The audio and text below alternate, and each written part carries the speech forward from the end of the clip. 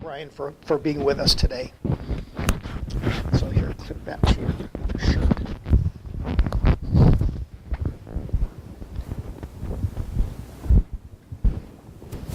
Is this okay? Can everyone? Yeah. All right. Yeah, sounds great. Great. There we go. All right. Well, good morning to everyone here. And Ed, thank you for, this is an opportunity for me, so thank you.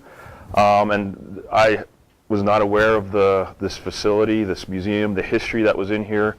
When Ray was walking me through, I realized that this is not just a quick 15-minute walkthrough. This is possibly a full day, if not a day and a half of material to really look at and absorb.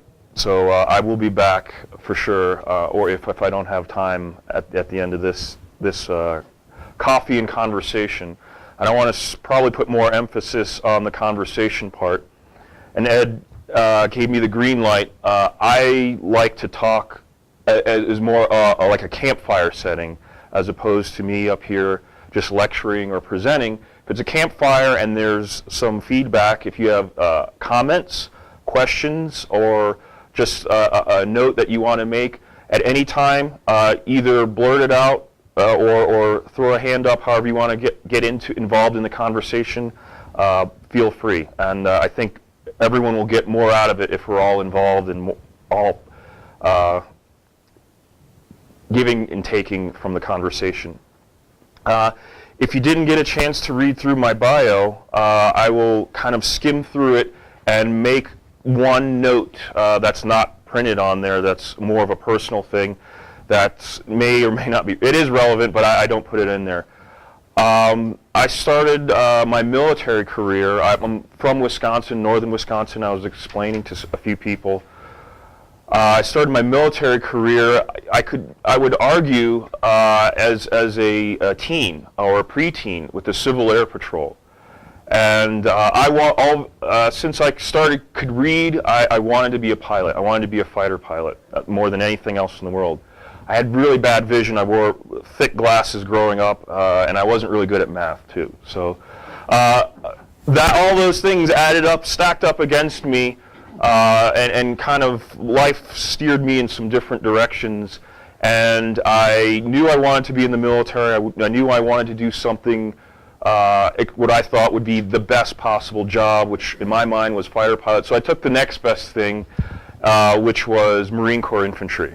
It's kind of a big leap, but that's in my head as a teenager. It's either fighter pilot or a Marine grunt.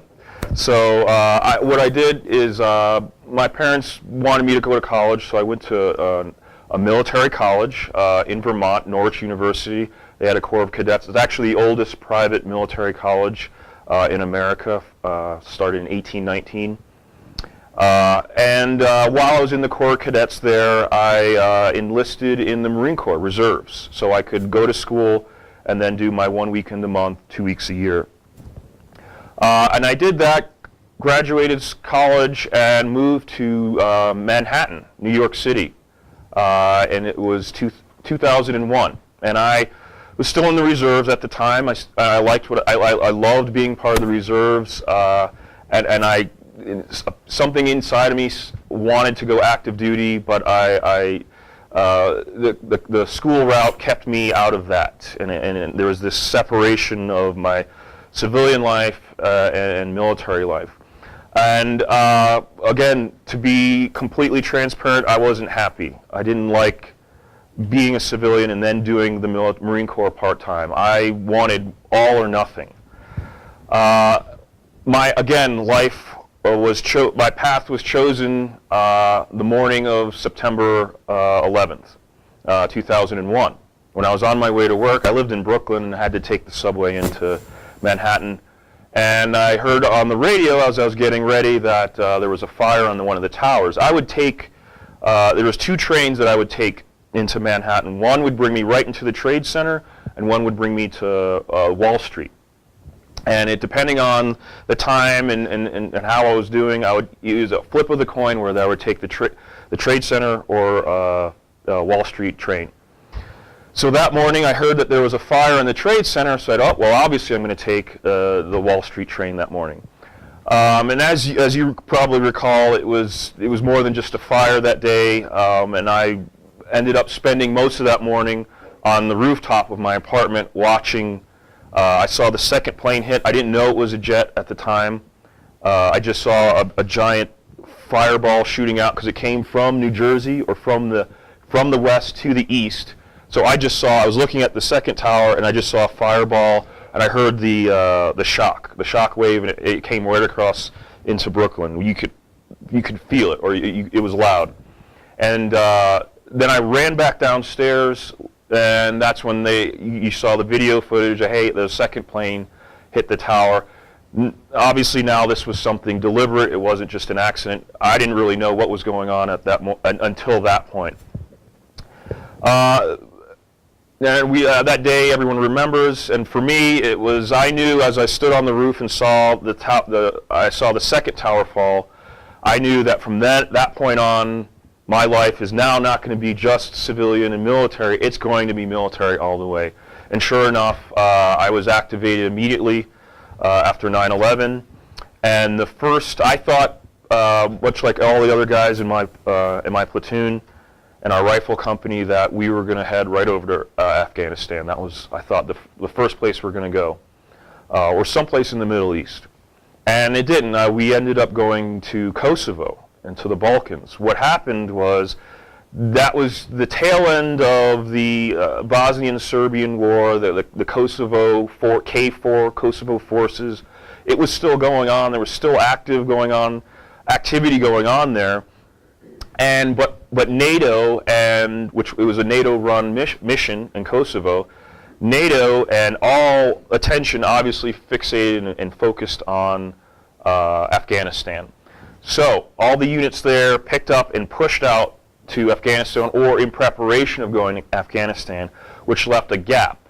And since we are a reserve unit, the commanders, the decision makers decided, hey, let's send these guys to backfill that mission in Kosovo.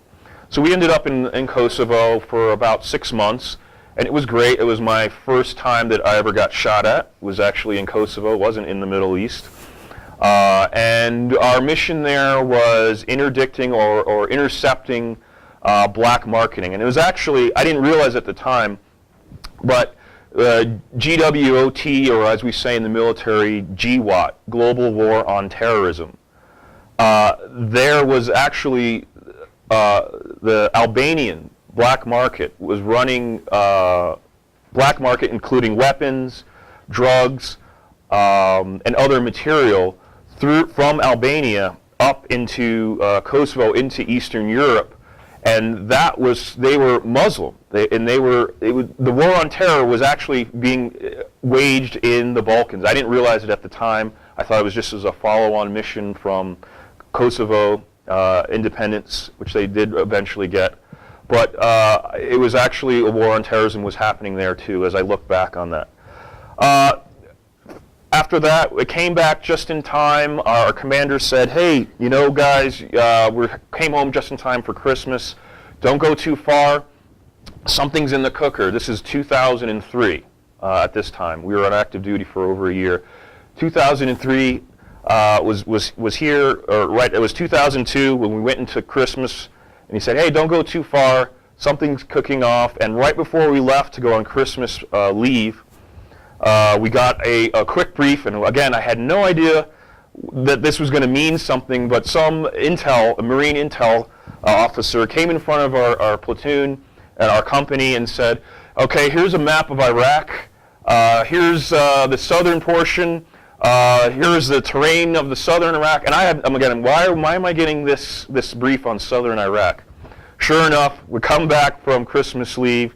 Hey everyone, gear up! We're going to Kuwait and we're going to go to Iraq. So we started our PMT pre-mission training. Went through a very large component. The big fear, and as you recall, were the weapons of mass destruction, biological, chemical weapons.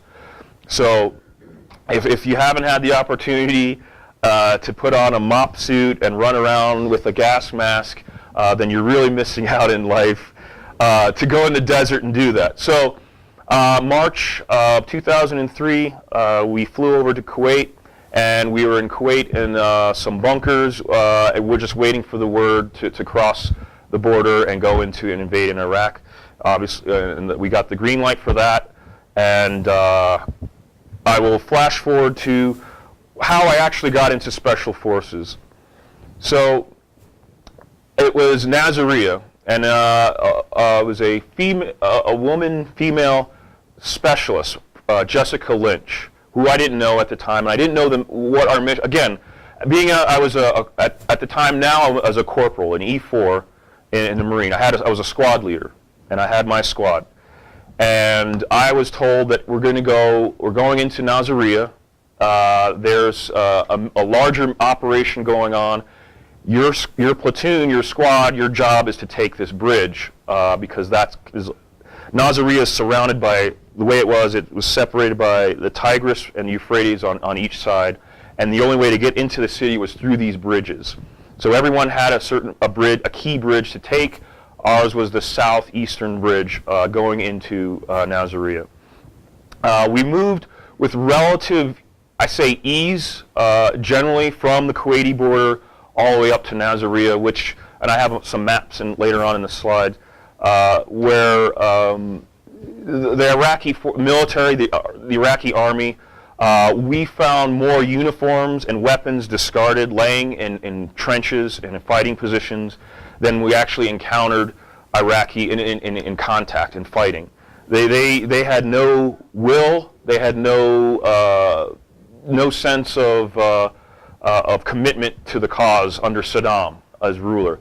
He did have a smaller group. You've heard of the Republican Guard.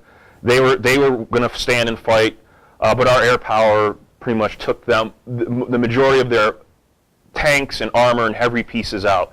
So what we actually ended up fighting for the most part was a unit called the Fetayin, which were like the commandos of the Republican Guard, hyper loyal to Saddam, and they wore regular street clothes, and they would throw their weapons kit over it, their magazine pouches, and they were intelligent, they were motivated, and then fanatical, and they were also, what we learned, drug addicts. A lot of times they would get their payment in heroin.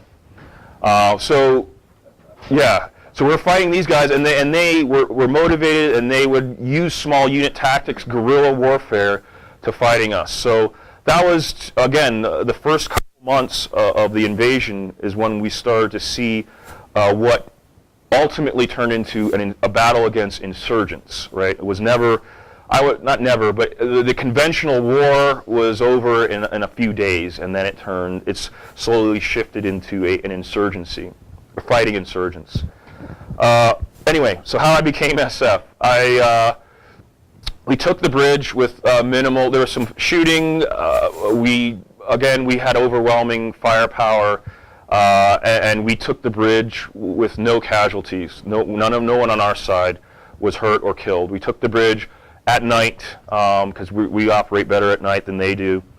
And we woke up the next morning, and I remember I was using the curb on the bridge as a pillow, and I woke up to hearing trucks, Humvees coming up the road, heading from south, going into Nasiriyah. And I'm like, obviously there's Americans, but let's see who's just going ahead of us, right? Because we thought we were pretty far forward to take this bridge. So who's going ahead of us? Because really the city's not secured right now. And this was the mission to go and get Jessica Lynch. So who's going into the city? Because we know the city it's still a wild country right now. It's still wild. You don't know what's going on in there. So as I'm looking, it was a Humvee. At the time, there was no armor back then. It was just all open, soft-skinned Humvees. And there was a turret-mounted 50 cal. And behind the 50 cal was, as I determined now, a Special Forces, a Green Beret. He had long hair, beard, and then at this point I haven't showered in probably 3 weeks, and we're just living off of. whatever was the food we had in our backpacks, and we just slept wherever wherever we happened to be. We just fell down, slept, got up, and just kept moving. So we were exhausted, we were tired, we were filthy, and even over the smell of diesel fuel, I could smell he had a fresh shower, he was clean looking, he had a grin, big Oakley glasses, and he kind of leaning on the 50 cal, looking down, very stoic, this figure, and then he looked down, and I swear our eyes connected even through those Oakley sunglasses, and he looked down at me and gave me a kind of a head nod and a grin, which I communicated to me saying, I know where you've been, I've been down there, this is where you want to be. And and they blast forward, and behind him were two 5-ton big open back trucks filled with Iraqis. And on their patch, they had patches, it said FIF. And I had to inquire, it was Freed Iraqi Forces. So what these SF guys were doing, and then they cross the bridge, they go into Nasiriyah, right into downtown, and right away I start hearing shooting, and then into the night you just see tracers going back and forth between these guys and some Fedayeen down in downtown Nasiriyah. What I realized later on is that they were training Iraqis that essentially defected or said, you know what, we're going to take Saddam down. They were training in Kuwait, and they were going back in, and they were retaking the city and eventually the country. And it was done by the Green Berets, other special operations, and then these groups of Iraqis that were willing to work with us and lay down their lives to fight against Saddam, to topple the regime. So in my head, and then it was Lance Corporal Jimmy Rakes right next to me. We're both sitting on that bridge, and he was like, and they called me Dutch. Back then was my nickname, Dutch. That's where you need to be. And we got home.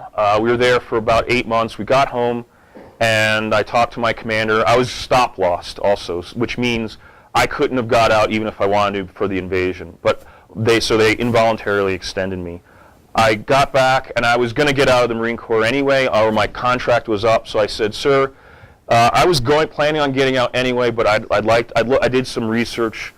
If you sign this document, it's a conditional release that if I make it through Army Special Forces selection, that the Marine Corps will honorably discharge me or put the rest of my time onto an Army contract. He said, he's like, hey, you know, Richardson, I hate to see you go, but I know you're going to go off and do great things. He signed it right there. 2 months later, I was in Fort Benning, Georgia, in the Army, in processing. I was a Marine, so I didn't have to go through basic training since I went to boot camp Paris. And any Marines in here? No Marines? All right. So I didn't have to do any Army basic or initial or advanced training. They in-processed me in and sent me right to airborne school. Because in order to go to the CUTE Special Forces qualification course, you have to be airborne qualified, where you jump out of airplanes.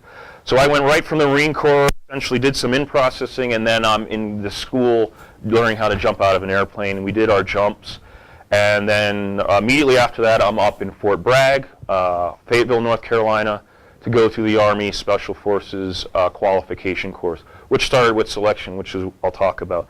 So those are some of the little kind of personal things that the bio doesn't capture, that really you can see how it's affected my life and how it steered me into the paths that I've gone. So this presentation is meant to be informative, and again, there's going to things or issues that are going to come up. Stop me if I use a lot of acronyms. Stop me to explain them. And you know, in the military, it's almost a different language that we have. So stop me, and I will explain them. And it's meant to inform you on special operations. So from 2004 till present, I've been exclusively in special operations community, specifically Green Berets. But I've had lots of experience working with SEALs, PJs, which is the Air Force Pararescue guys. Marine Corps now have finally their own special operations, MARSOC, Marine Special Operations, and let's see, Army Air Force Coast Guard does not have a SOCOM element to them, but I've been, so it's been about over 10 years now in the community, and I'm more than willing to say what I can or explain to inform as much as I can. Yes, sir. What's the difference between Rangers and the Delta Force and the other Army units? Great question. What's your name? Jim. Jim. Great question. Ed, next slide, please. I'm going to go all through that. Yeah. So, in the news, or when you're reading the paper, or just in books and literature nowadays, there's a blanket term for special operations or special forces, and it can, even with us, when someone says I'm special forces or I'm special operations, if you say that, then I know you're not. If that's a blanket term, you're not really being specific. So, as we all know, we have all the branches of the Department of Defense, right? We have the Army, which I am currently in now. I'm actually in the National Guard, Marine Corps, Navy, Air Force, and actually Coast Guard is under Department of Homeland Security, but under wartime, they fall under Department of Defense for certain missions, right? So all of these different branches go onto a separate entity called SOCOM, S-O-C-O-M, Special Operations Command, okay? And this is this spear, that's their sigil, this is their emblem, this is their branch. Okay, they're based in Tampa, Florida, and what this command does is take all the different branches, special operations units, and puts them under one command. Next slide, please. So this is SOCOM, and what each branch does is dedicate a certain unit to the SOCOM command. So Marine Corps, and this is relatively new, has MARSOC, Marine Special Operations Capable or Command. And what they've done is they've taken, and they're mostly former force recon guys that initially the Marine Corps did not want to give them up, but gave them up to this command in Tampa. Why? Because since 9/11, lots of money has been pumped into SOCOM, and the Marine Corps wanted some of that to dip into that pot of money to train their guys up and also share some of the glory. Bottom line, yeah, they wanted to get in, and because the SEALs and Green Berets, Rangers, they're all getting this glory from this war, and you don't really hear much from the Marine except for the battles in Fallujah and some other hard spots, but not really those high-profile, cool missions, that movies are made out of. So the Marine Corps eventually caved in and said, okay, we're going to give you some of our best guys under this command for MARSOC. Navy has the SEALs. We've all heard of them. They're very familiar. And then the Army has the Special Forces. This is JSOC, Joint Special Operations Command. And underneath this Army Special Forces, this is Army Special ARSOC, Army Special Operations Command. And what this is the Rangers, Green Berets fall underneath this, ARSOC. Okay, the Air Force has the Combat Air Controllers, CCTs, and PJs, the Pararescue Men. So all these different branches commit and essentially give up command of in my opinion, their best guys.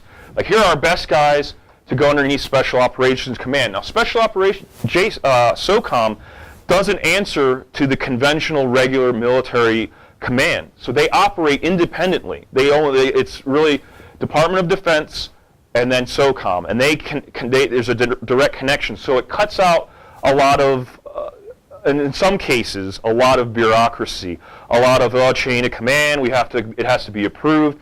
If for SOCOM to say this is a high-profile mission, we just need approval, yes, granted, go. That's why a lot of missions that we just have a lot of flexibility on the battlefield. We're not, yes, sir. Oh, we don't have we have different rules, ROEs. We have different rules of engagements than conventional military does. We have different approval process on missions. It can be as simple as, hey, we're going to go do this. Give us approval right now, and because it's a TST, time-sensitive target, and the call will get approval in minutes. It's very fast, very quick. Not this up and down, seeing of approval, getting all these conversations and bureaucracy involved. So it's a streamlined, cleaner more efficient way of fighting. It's dealing with smaller units, more capable units, highly trained people that require a lot more independent thought, and I'll go into that next. Any questions on this dynamic? Yes. So my question is, do the different organizations train differently, and do they specialize in certain things? Yes, the absolute good question, and yes, they do. So each element to SOCOM have different missions. The SEALs train; they go through BUDS, they go through, and then their training pipeline, which will be dive school or airborne school, Halo school, and then a bunch of shooting schools, some driving schools. And then their mission, once we get deployed, we're underneath SOCOM command. Likewise, the Air Force, their combat air controllers, we get one, and their job is to control the airspace for our missions. Here's an example. We have per team, we usually have one CCT, combat air controller. And what he does is in his words, he stacks aircraft up. Because if you don't know, aircraft, they have a certain dwell time over the battlefield. So when we go on a mission, what he'll do is the first phase of maybe our infiltration to the target, he'll have a certain set of aircraft stacked up to cover our movement. But then they're going to be low on fuel, so they have to peel off. So he has another aircraft coming in as we move on to the target. And then same thing on top of the mission, if the mission goes on for a long time, or if we have to flex or shift to another target during the mission, we have to keep stacking aircraft and manage the airspace. And then when we actually need them to come in and do close air support, he calls and directs them in. Well, pilots like to talk to other Air Force people when they're on the ground. There's not so much now, we've been doing this for a while, but there are a little, not mistrust, but confidence. They want to know that you know how to talk to them. They want to know what you're capable as a pilot. They want to know, the pilot wants to know you understand kind of my perspective on things, looking up from up here, looking down, where you can't really tell who's who from up there. You're coming in, you just want to make sure you're doing the right thing. You want to make sure you're using the right munitions on the right targets. So when a pilot's listening, talking, communicating to a CCT, there's a comfort level there, and he understands that you know what I'm looking, because a CCT, he's an Air Force guy. He in some cases will ride a back seat to a pilot to know he knows the same language and how to direct that firepower onto the ground. So pilots like to hear that. We have Army trained, SF trained, they're called SOTACs, Special Operations Tactical Air Controllers. And when you go through that course, you get an identifier, a call sign.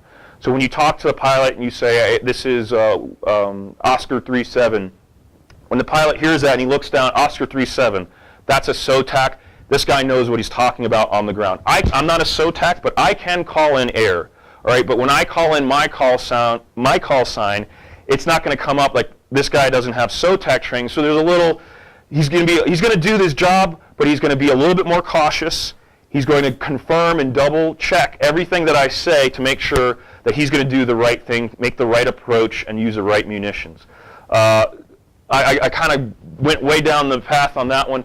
But yes, everyone has a different specialty. As a Green Beret, ours is unconventional warfare. We're going to go in and work with indigenous forces.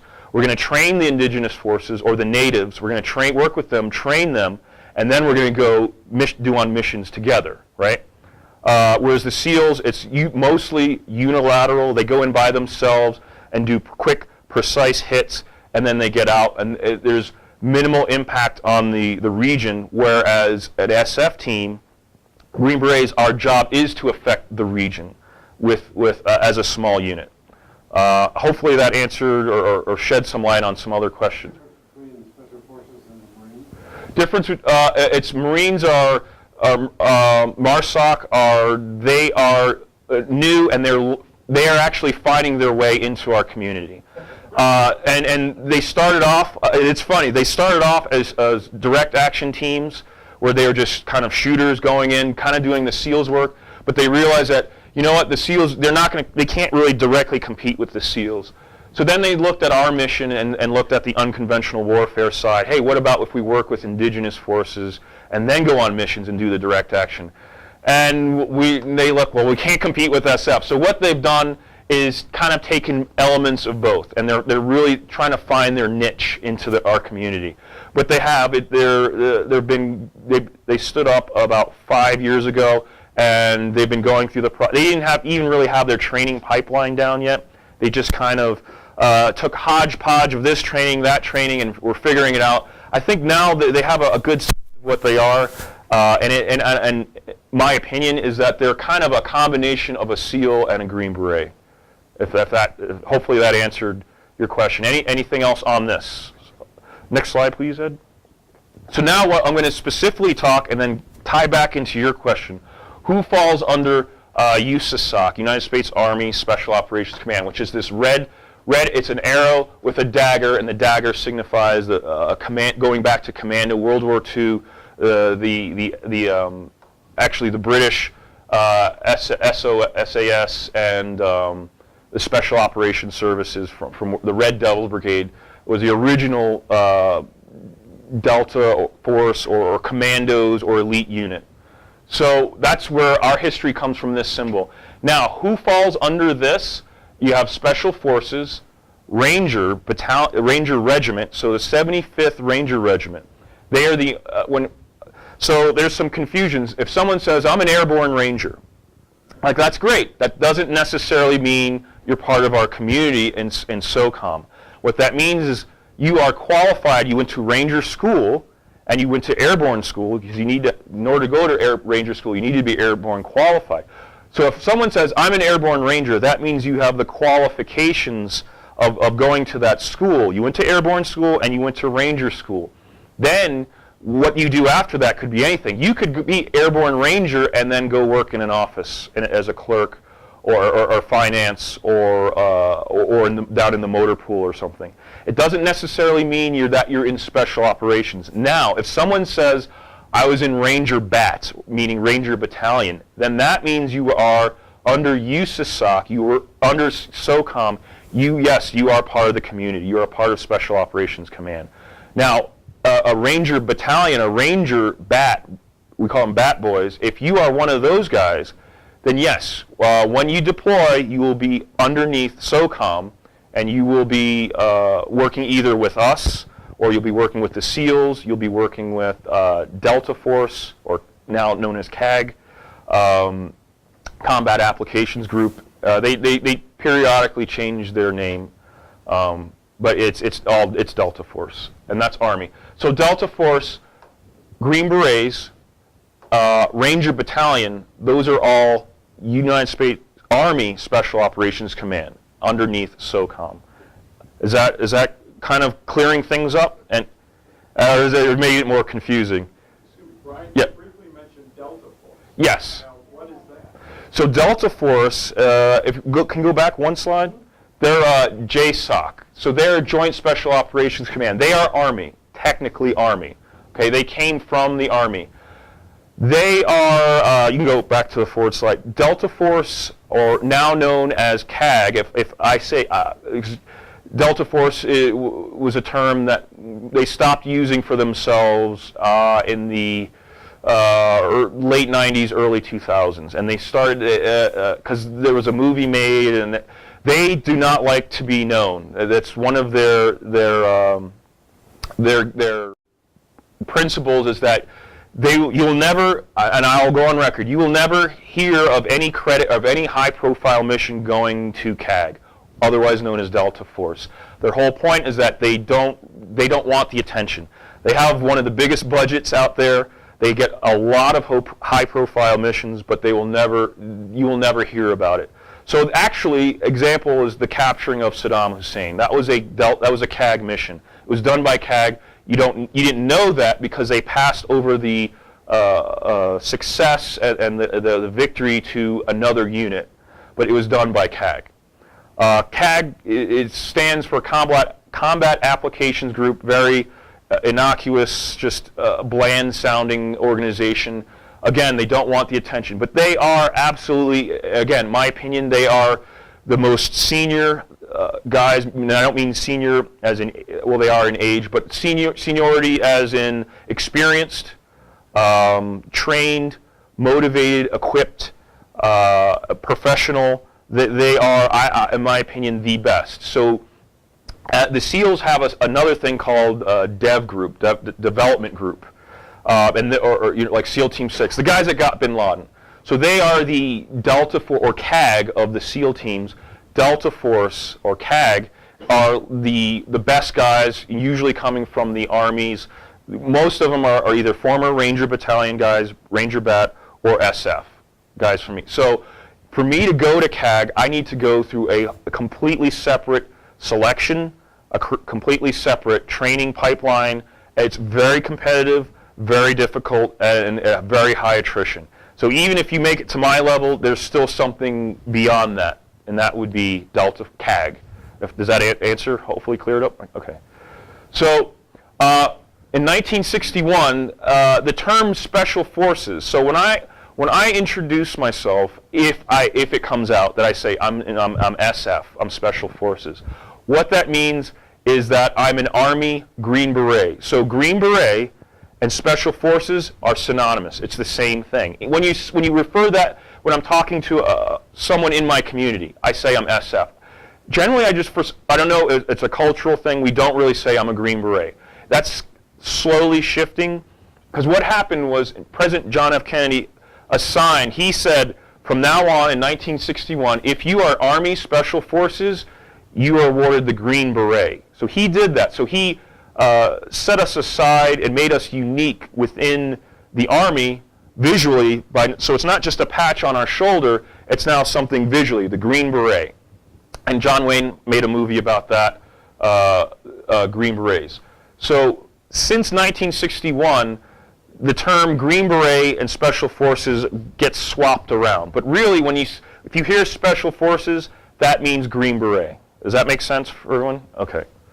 I know, because it was confusing, even getting into the pipeline and eventually getting we call it our tab, a long tab, and Green Beret. There's actually two separate ceremonies. I got my long tab in one ceremony, and then getting your Green Beret was a separate ceremony. It was a big deal because we're the only special operations unit that has something visual like that. You know, where the SEALs, they have their trident, we have the Green Beret. Okay.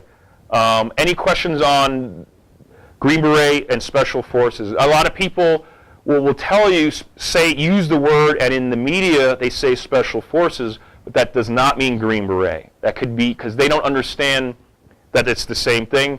When they say Special Forces in the media, they could be meaning any one of those other branch entities, you know, whether a SEAL, a Ranger Battalion, MARSOC, or PJ. But really, from now on, I say SF. When I say SF, that means Green Beret. And so now you know when you see that what the differences and what the similarities are. Next slide, please. So what is a Green Beret? It's basically this. So I went through about 2 years of training, and I came out when I was done and I graduated. I looked just like that. So no, it's next slide, please. Yeah. I do that to break up. Does anyone need a break or want to take time to go to the bathroom or anything? Yeah. Okay. So what is a Green Beret? And really, it's not really that one lone Rambo guy who's out there in the jungle doing all these things single-handedly. That's actually couldn't be furthest from the truth or the reality of the matter. The reality of the matter, what makes a Green Beret, what is Special Forces, is our team, our ODA, Operations Detachment Alpha, or as another thing that Hollywood media has taken, the A-Team. So the whole goal, when I was going through SFAS, Special Forces Assessment and Selection, and the Q course, the qualification course, is I wanted to get on an A-Team. I wanted to be on an ODA A-Team. Okay? So the team composition, and this is me in Afghanistan, and the team composition is what makes the ODA. And I'm gonna take the time to explain each job so that you understand what it is, and that it's not just one man who can do everything. It's actually a team. We cross-train, we learn each other's jobs, but we operate purely as a team. It's all about the A team. Okay, so we call our team leader Mom, and that's the captain. He's a captain. He, coming from the conventional side, in order to be an A-team leader, captain, you need to, well, number one, you can't be a lieutenant or even a first lieutenant. You have to be a captain. You have to have combat deployment. And they generally prefer combat arms, meaning infantry. Sometimes we get some armor guys. I've never seen an aviation guy yet. I've seen an artillery guy. So, but generally, they want a combat arms, experienced veteran officer to take over. That's Mom, and on the team, that's, hey, go ask Mom if we can do this, And then, obviously, if Mom says, or Dad says no, Dad is team sergeant. He's the 18, so the 18 Alpha, or we call him Alpha or Mom. And they're the team leader, they're the captain, they're the officer, the commissioned leader in charge. And I'll go through his job is a lot of interfacing with other units. And his bottom line, his mission, his goal is to carry the vision of what we're supposed to do and make sure that the vision is accomplished, the overall end state. Hey, our team sergeant, Dad, he is the 18 Zulu. We'll call him either the Zulu or Dad. And he is the most senior guy on the team, senior non-commissioned officer, senior enlisted man on the team. And he most likely will come from one of these other military operations specialties, MOS, and I'll go through each one of those. But he's the senior guy, he has the most experience, and ideally he's been cross-trained in all the other jobs so that he can step in and fill in to do someone else's job if they go down or if they're not present. His job is also is the day-to-day management of the team. So it can be, once you get into these two leadership positions, because they are leaders, they start to miss out on some of the fun aspects of being a team because they have to manage, they have to lead, and do paperwork. So the next guy is the 18 Bravo, or the Bravo. And just so you know, anytime there's an 18, that number signifies the MOS coding. So if someone's an 18 series, that means they're Special Forces. 18 means S Special Forces. So I'm an 18 Delta. I'm a Special Forces medic. So 18 Bravo, he's our weapons guy. And what his job is, and I'll go through each one, is weapons. And it's not just guns and shooting, but it's also security, indirect fire, mortars, things like that. Okay, then we have the engineer. He's our 18 Charlie, our Charlies, and they do, engineers, sounds like they do build a lot of things, our houses, when we deploy. They also are demolitions as well, so they get into a lot of explosives. Then you have your Delta, that's like me, I'm your medic, and then I'm health and welfare of the team, obviously, and medical support. Our Echoes, our 18 Echoes, are our comm guys, communication guys. Very important guys. They make sure that we can talk to each other, to our other units, and most importantly for us, talking back to home. Now, it's amazing what we can do with technology being in the middle of nowhere. And then we have our Fox. He's our intel guy, and I'll go into what his jobs are and responsibilities. But he's, I would say, another senior guy on the team. So that if the Alpha or the Zulu, if Mom or Dad are not around, or if we do into split team operations, usually the Fox is probably the third seat in seniority, and he will step in and be a decision maker if need be. Okay, I want to stress here that we're all shooters first. Being a medic doesn't just mean I show up without my gun and just an aid bag and I'm handing out Band-Aids and lollipops.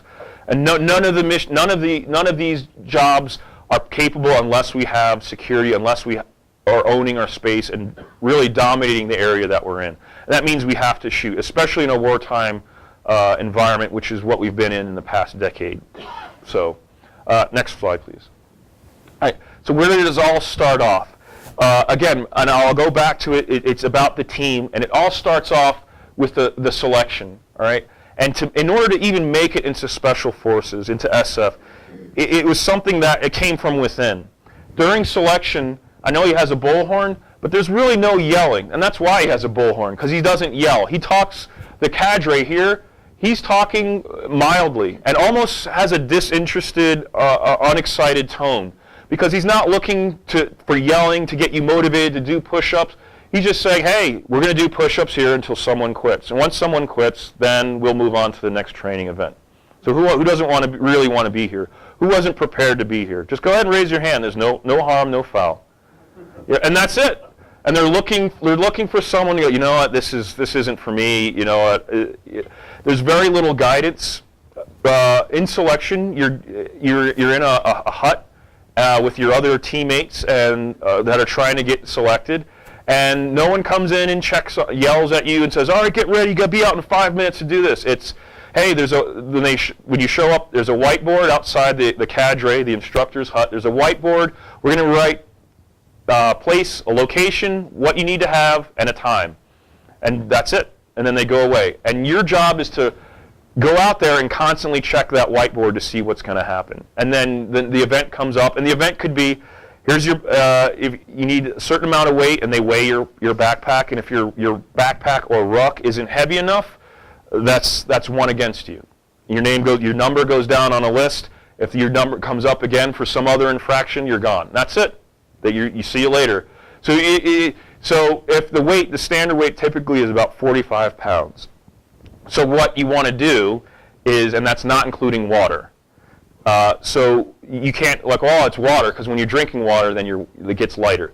So they get 45 pounds dry ruck, meaning 45 pounds, no water.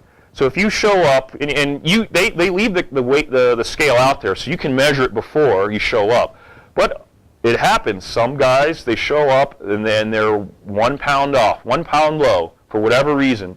1 pound low, and that's it. Number goes down, and if any other infraction, you're gone. So what happens is you overcompensate. So I've never even come close to 45. I make sure I'm at least 50.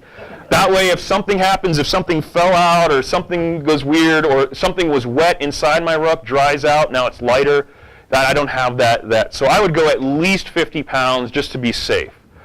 So that's what they're kind of looking for, minimal guidance, and a lot of it's land nav. You see this picture, what it is, you're in the dark, you're alone by yourself. When you're doing land nav, here's your start point, here's a grid, you have to find your own way there, and then there's timing to it. So you have to get there on your own in a certain time.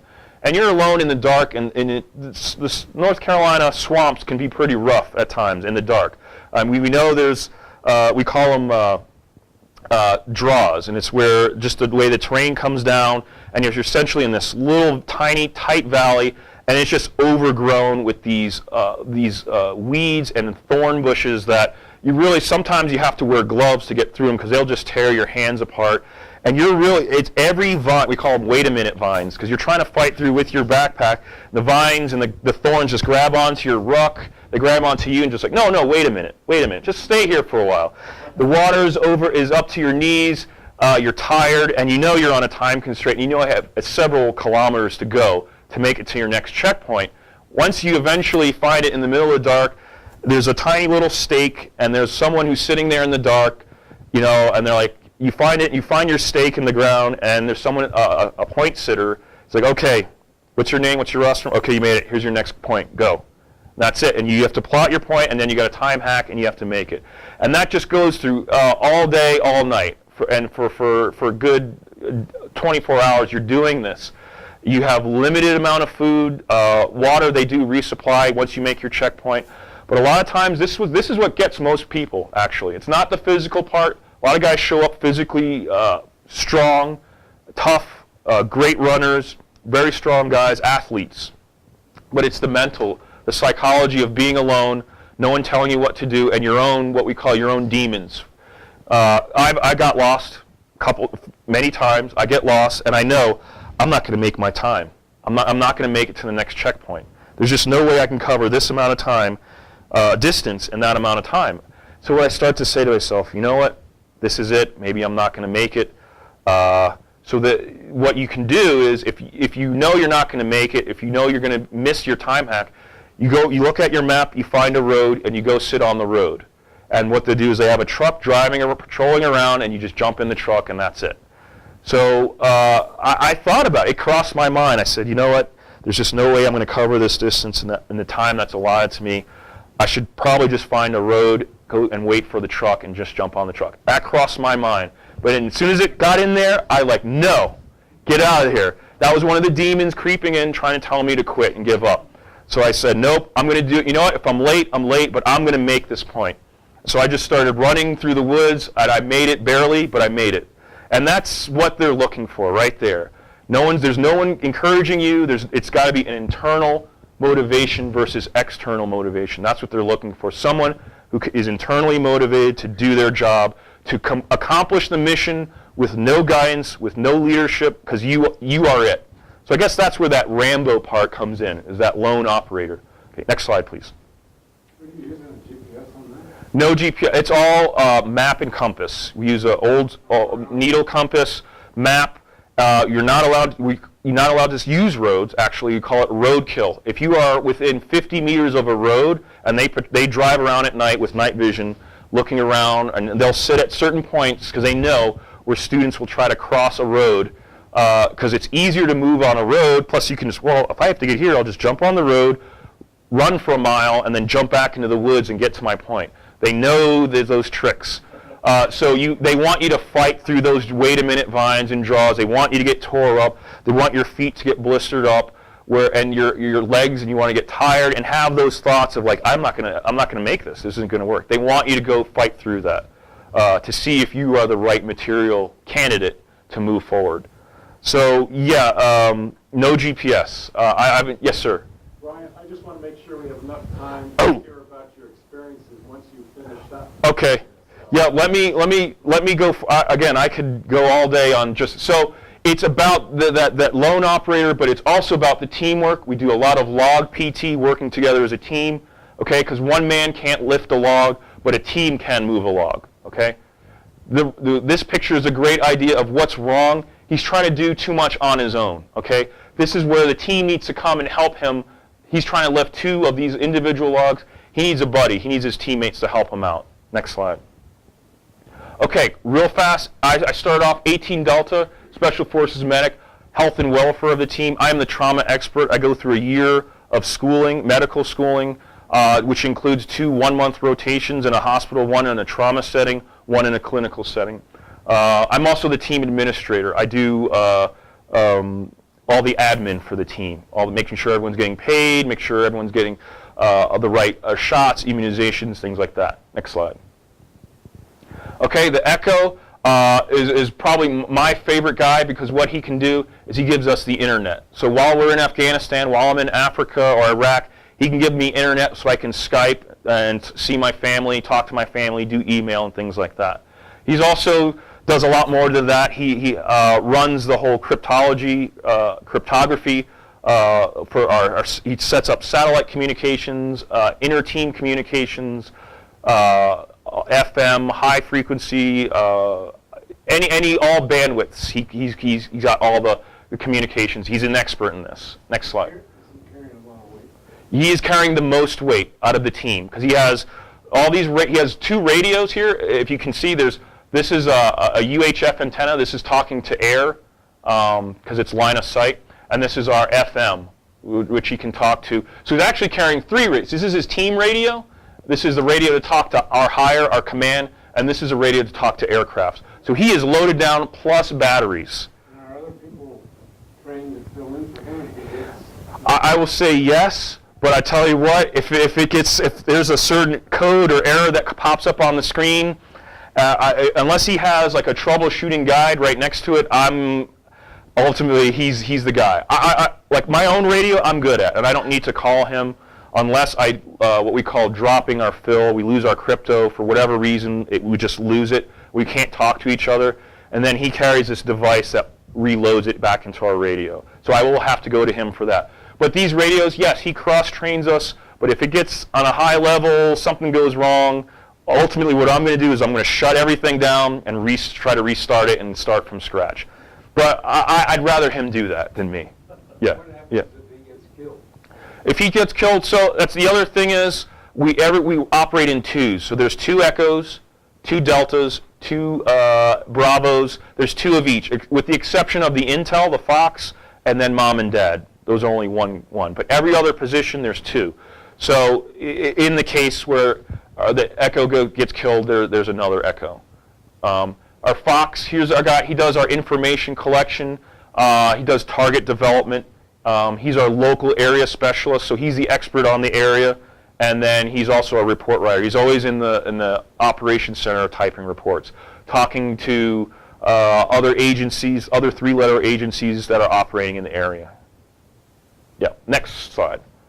Okay, here's our weapons guy. He's usually our sniper, but I can be a sniper. Anyone can go to sniper school.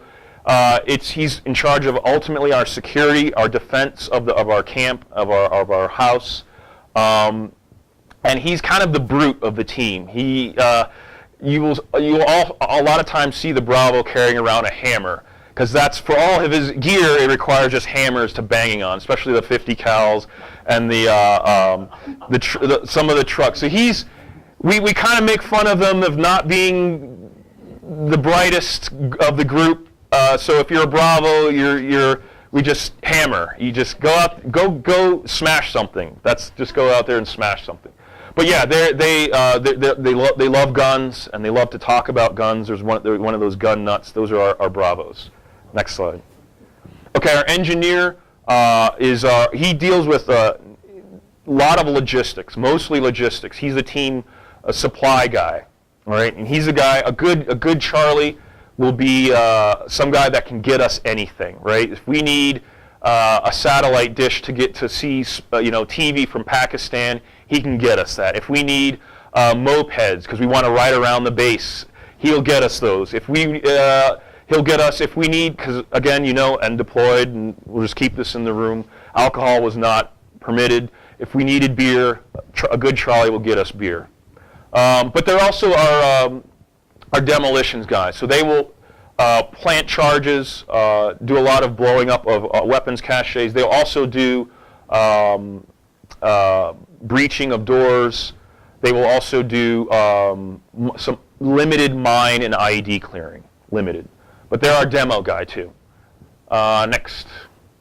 Okay, so wrapping up on the team thing, it's planning. Well, I mean, what differentiates an ODA and A-team from some of the other guys is that we're hyper planners. We have everything we do. We have something called a PACE plan, P-A-C-E, primary, alternate, contingency, and emergency. And we have that PACE for every major operation or every aspect to our mission that we do. So and if we're going to go and take down a building, just the movement there, we have a PACE plan. The movement, what happens on the objective, we have a PACE plan. The exfil, moving back to, we have a PACE plan. Communications has a PACE plan. If those main radios don't work, what do we do next to talk to higher? And everything we do has a PACE plan component to it. We're hyper planners. It never really works out, because the plans don't really, usually when you get out in the living world, things change, we adapt, but what makes us good is being able to adapt off of our PACE plan. That's what really makes us good operators. And we're masters of chaos. Next. Okay, it's motivation balanced with brains. So we joke around with the other operators of the other SOCOM community that it's more now. It's more, and it's shifting more of not just being big, strong, and being a good shooter. You have to be smart. You have to be able to influence people. You have to motivate people. You have to understand something called third and fourth order effects, meaning if I do this, if I go out and take one guy down, what's going to happen in the immediate area, and then what are the third and fourth order effects from that action? Consider that when you're planning. Consider that and when you're trying to affect a region or affect policy, right?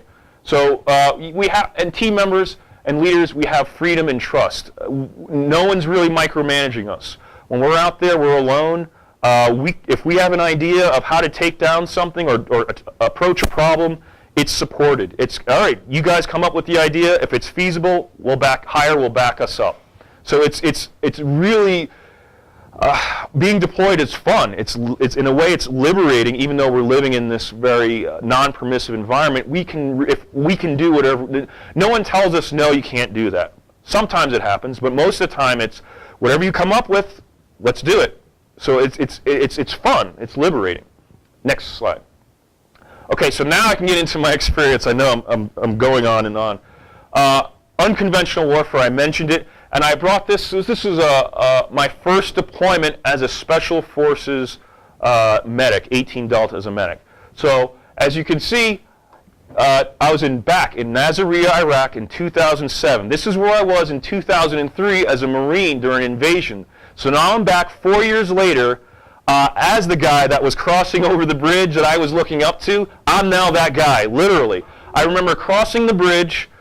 When we went into Nasiriyah, I was like, I yelled out on the radio, I'm like, hey guys, I was here during invasion on this bridge. I was laying down right there, looking up at me driving through right now. I was so excited that I was able to, I had like that circle of life that happened. Different mission. The whole landscape of Iraq was different 4 years from invasion. This was right at the time of the surge, if you recall. There was a surge going on where we just, all weapons free on everything. If there's a threat, you go after it. Any target, you go after it. We want to do, just punch everybody and make a huge impression. That was this is the surge right here. So Nasiriyah, again, here's Iraq. Baghdad's right here in the middle. Nasiriyah is down south, and as you can see, it's right along the Euphrates River, and the Tigris is over there. And there's 4 bridges, 2 going in and 2 exiting. And there's a highway coming from the Gulf, Persian Gulf, goes all the way through Basra, up to Nasiriyah, all the way up to Baghdad, and goes north. I also wanted to bring this story out because it is relevant, because guess what? I was there in 2003. I was there in 2007, it's 2015, and now we're back again, okay, in this area, dealing with ISIS. So Iraq just keeps coming back. It's just something, we just can't get rid of it. My mission here we were working with, again, as an SF guy, we work with indigenous forces, so we were given 300 Iraqis to work with. They were part of the unit called the TSU, Tactical Security Unit. It's just something that we call to them. And their job was to support us, our mission, 12 guys, because a team is 12 men, 12 guys, and we had essentially this Nasiriyah and this region around. So essentially they called it Southeast. So this whole Southeast region of Iraq was ours. 12 men, 300 Iraqis, and our job was to carry out the war against the insurgency, right? Next slide.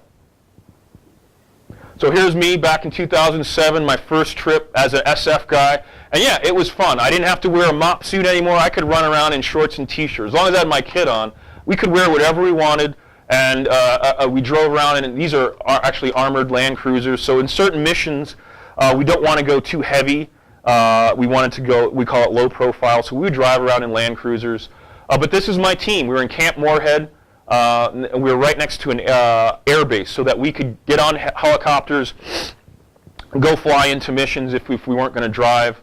But there's an airfield kind of just beyond this guard tower right there that we could get into. But this was our own base, and this is our team. This was it. We had these guys and 300 Iraqis that we would work with, and that was it. And we had the whole region. Yes, sir. Who determined your missions?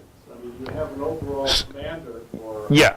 So multinational MND Southeast Iraq was a SOCOM commander, and I don't know if he was in SEAL or not. Actually, he was British. It was British SAS who had control of MND Southeast. So we would work frequently with British SAS on joint missions. We go do raids together, and they are, in my again, opinion-wise, CAG's great, but the British they're my favorite guys to work with out of all the other communities. Yes.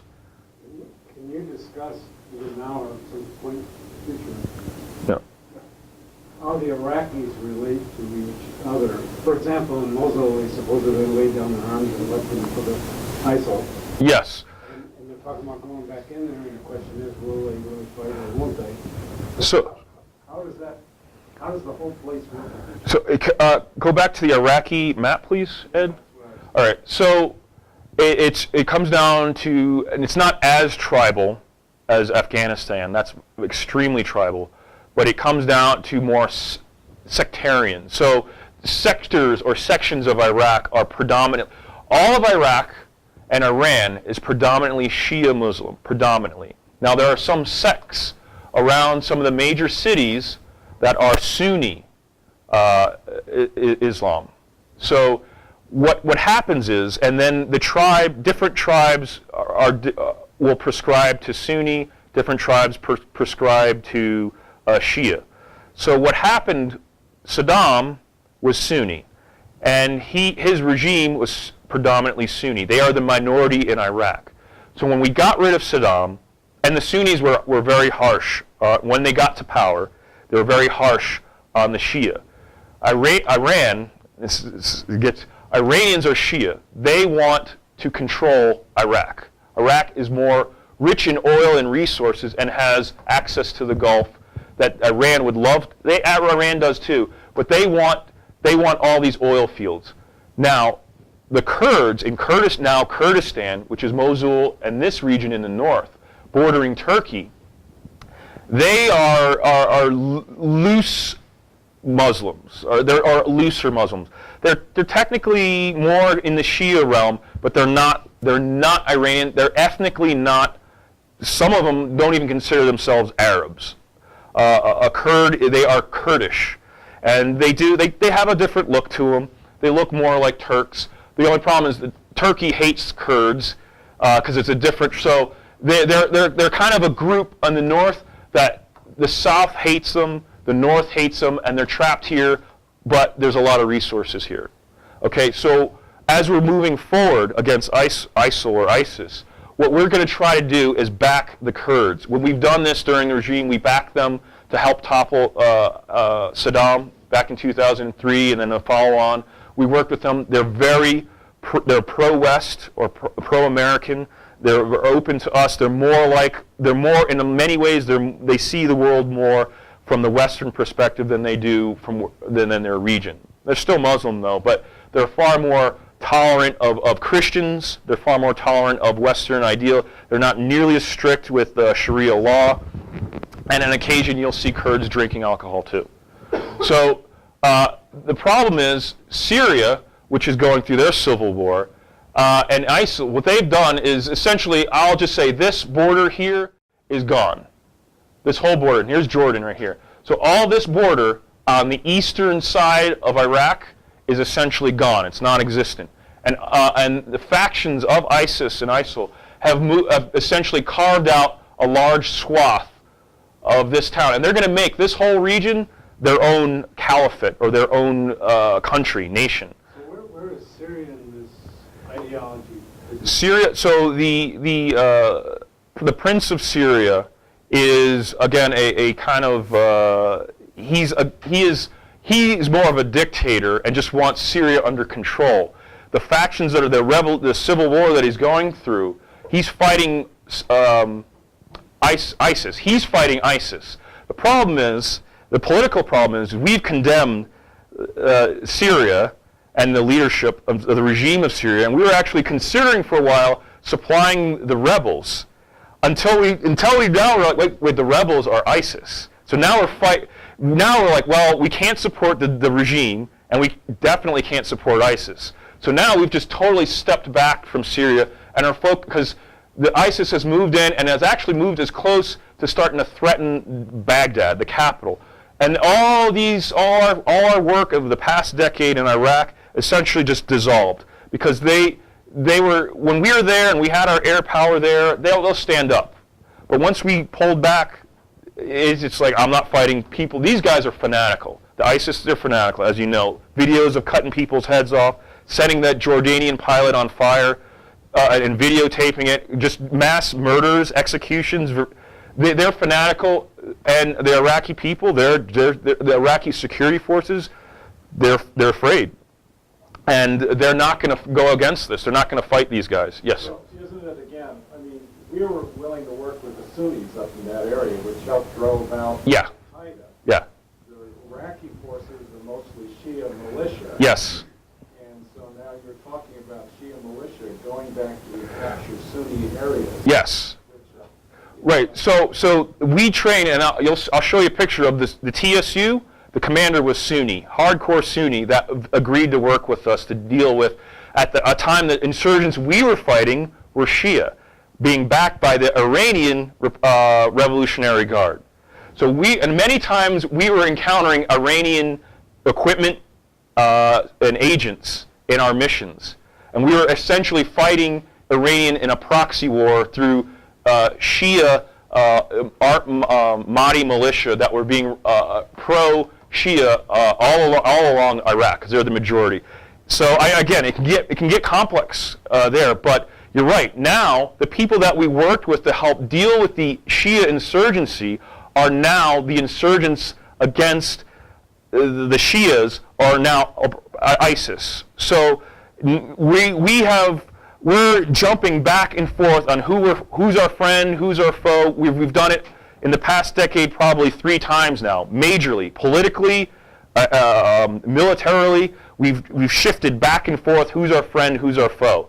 As you can see, our credibility is pretty much shot in that region of the world. We didn't start off with good credit in the first place, but now it's hurting. It's hurting. It's bad. And politically, our administration, our leadership, there is no clear end state. There's no clear victory. What does victory look like here? I can't tell you that. All right, but I know I can tell you this: we're back there, and our special operations units are back here operating with the Shia militias that we trained before, or that we've had to retrain, and now we're going back and fighting ISIS, which are Sunni. Yes. Turkey. What they want. Turkey wants to annex Kurdistan, and they want to get rid of. They do not want Kurdistan to exist as a nation, which is what we want, or say we, the U.S. wants. Turkey has had a standoffish. Yeah. They even let people build her down in Syria, et cetera, et cetera. Right. Well, they're conflicted where they do not want to recognize Kurdistan because there's Kurdistan. Kurds are typically terrorists in Turkey. Any kind of terrorist act that happens in Turkey is committed by a Kurd. Because Kurdistan actually comes into, in their mind, the Kurds, their land goes into Turkey and carves out a large swath of Turkey. So any terrorist act that happens in Turkey is typically done by a Kurd. So Turkey does not want to they can't back us overtly into supporting Kurdistan because it's just against their interest, but they are against ISIS. That's the thing. They do not want, for them to have an unstable Syria is very bad for them. And they do not, Turkey does not want a fundamentalist ideology. They do not want jihadists running around Turkey. They're very secular. They like it peaceful. They're a very tourist-friendly nation.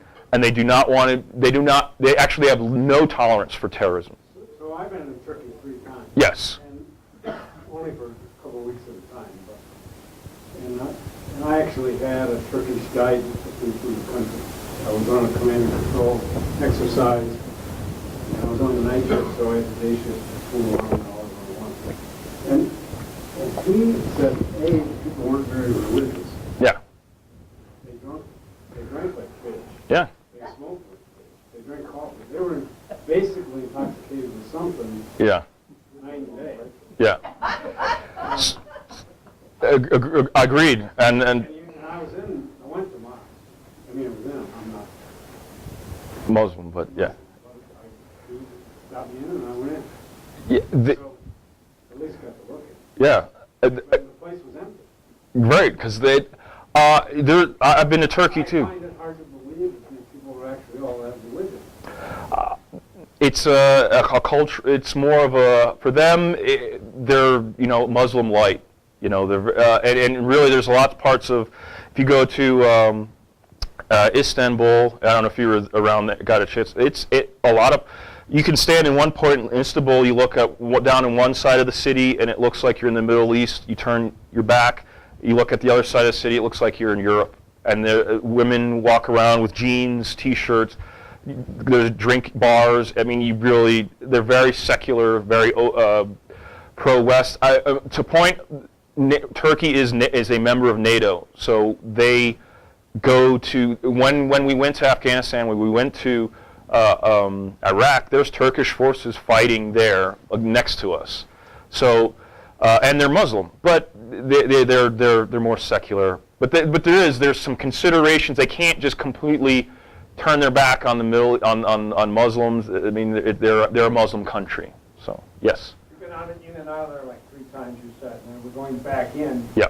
Is there some reluctance on the part of the Iraqis to get in bed with us again, thinking that we might run out on them again? Or is it about how much we can pay them? It's when we left, was it in 2010 or 11? When we left there, we left a very rich country. We got all their logistical, their infrastructure working. The oil was flowing. Iraqis had more money than they knew what to do with. I did private security contracting. That's in my bio as well. The Shias, yes, the Shia sects and aristocracy now, the tribal leaders, the clan members, they were rolling in money. I saw, it looked, when I was doing private security contracting, and I would work with the ambassador, we would go to meetings, and they would show up in Porsche, Land Rovers, Mercedes. They had more, and you just saw, they had more money than they knew what to do with. The government they were flourishing. Iraq was flourishing. You could go to the markets. Things were great in 2011. As soon as we left, things started to fall apart because we weren't there to really be that guiding hand, that military guiding hand to ensure security. And now, as far as are they reluctant to get back to join us again, I would say no, because now their bank accounts are being threatened. The pipelines are being threatened. ISIS is going after the oil fields. Okay, so they're hitting the Iraqi leadership in their wallets, and that's where that's money talks over there. You know, regardless of religion, for Iraqis, money talks. So the general public, Joe on the street, yeah, or Ahab on the street, Muhammad, yeah. He's willing to get back in ranks with the Americans to push these guys out, I would, even though he's not getting any of the benefits of the trickle down. well, I would say yes, because things were just safer. They could go to the market. They were like having malls and shopping. Commerce was flourishing, and they could send their kids to school without worrying about getting blown up or shot or abducted. They could travel around the country with relative ease. Now all that's lost, and it's hard. The basic things, just going to the grocery store and getting food, having food on the shelf, and being able to get there and back without worry about dying. That's a big deal to them.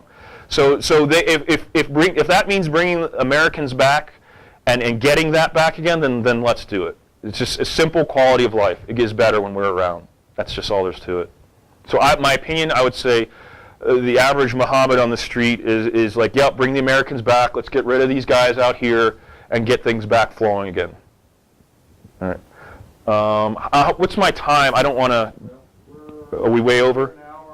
We're about an hour and 15 minutes. So Okay. why don't open it just for questions? I'll do that. Questions were really quite Yeah. good. Yeah. Yes.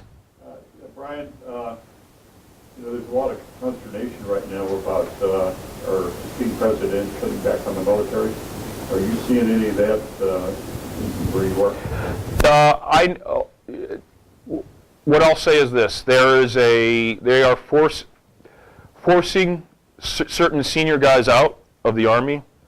They are on the conventional side. There's a lot of cutbacks and drawdowns.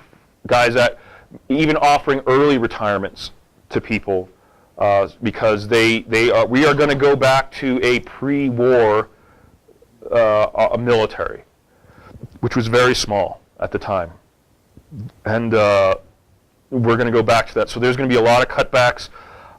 Fortunately, on the special operations side, we're safe, we're secure, because as the global war on terrorism, it's going to continue, it's going to endure, it's not over, and I could argue that it's just starting to ramp up.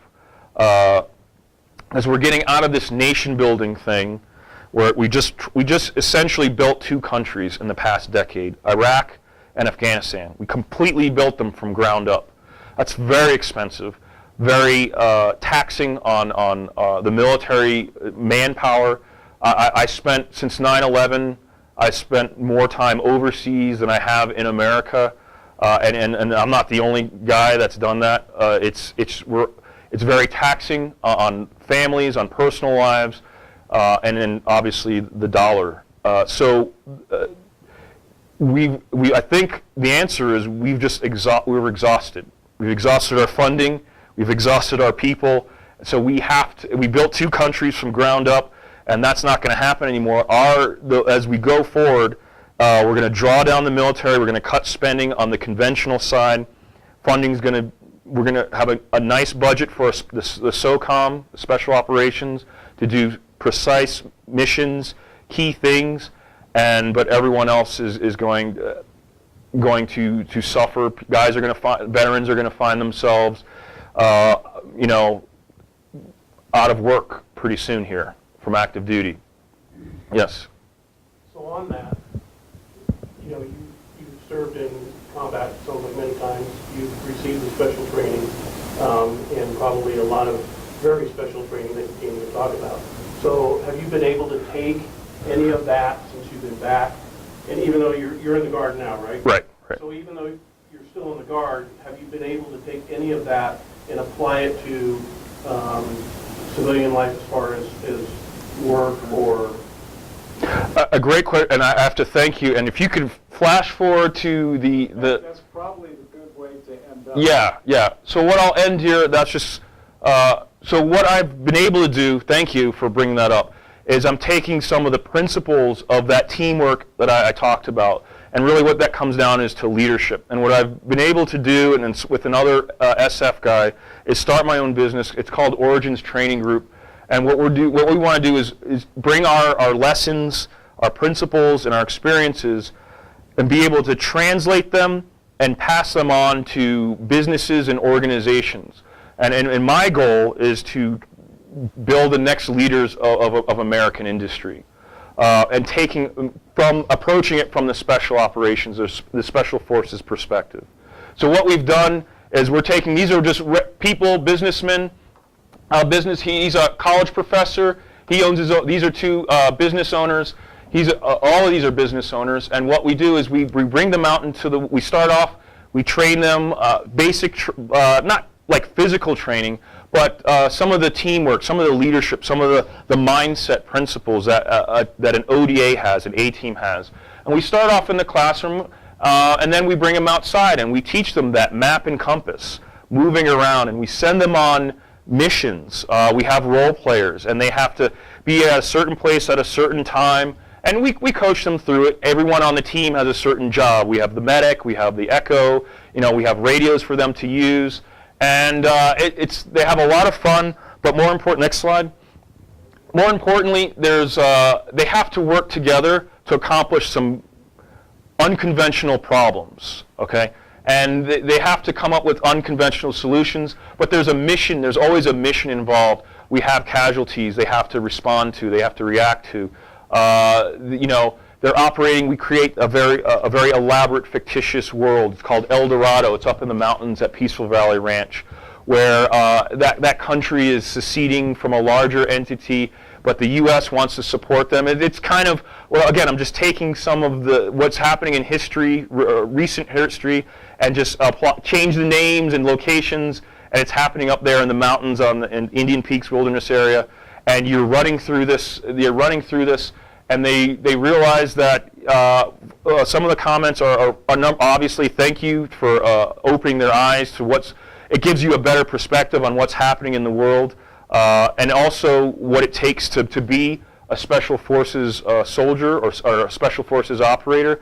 But it's something that they can take and apply in their daily life. That's the most important thing. That's the most challenging thing for me, is how do I pass on my experiences and knowledge and principles that were instilled in me. How do I pass it on to them so that they can use it Monday morning at their business, at their in whatever organization, at their school, or whatever it is that they're doing, whatever their venture is, that now they can take these principles and excel and be better performers. So thank you for letting me do that. And yes? One question on your medical training and your background and your experience. Yep.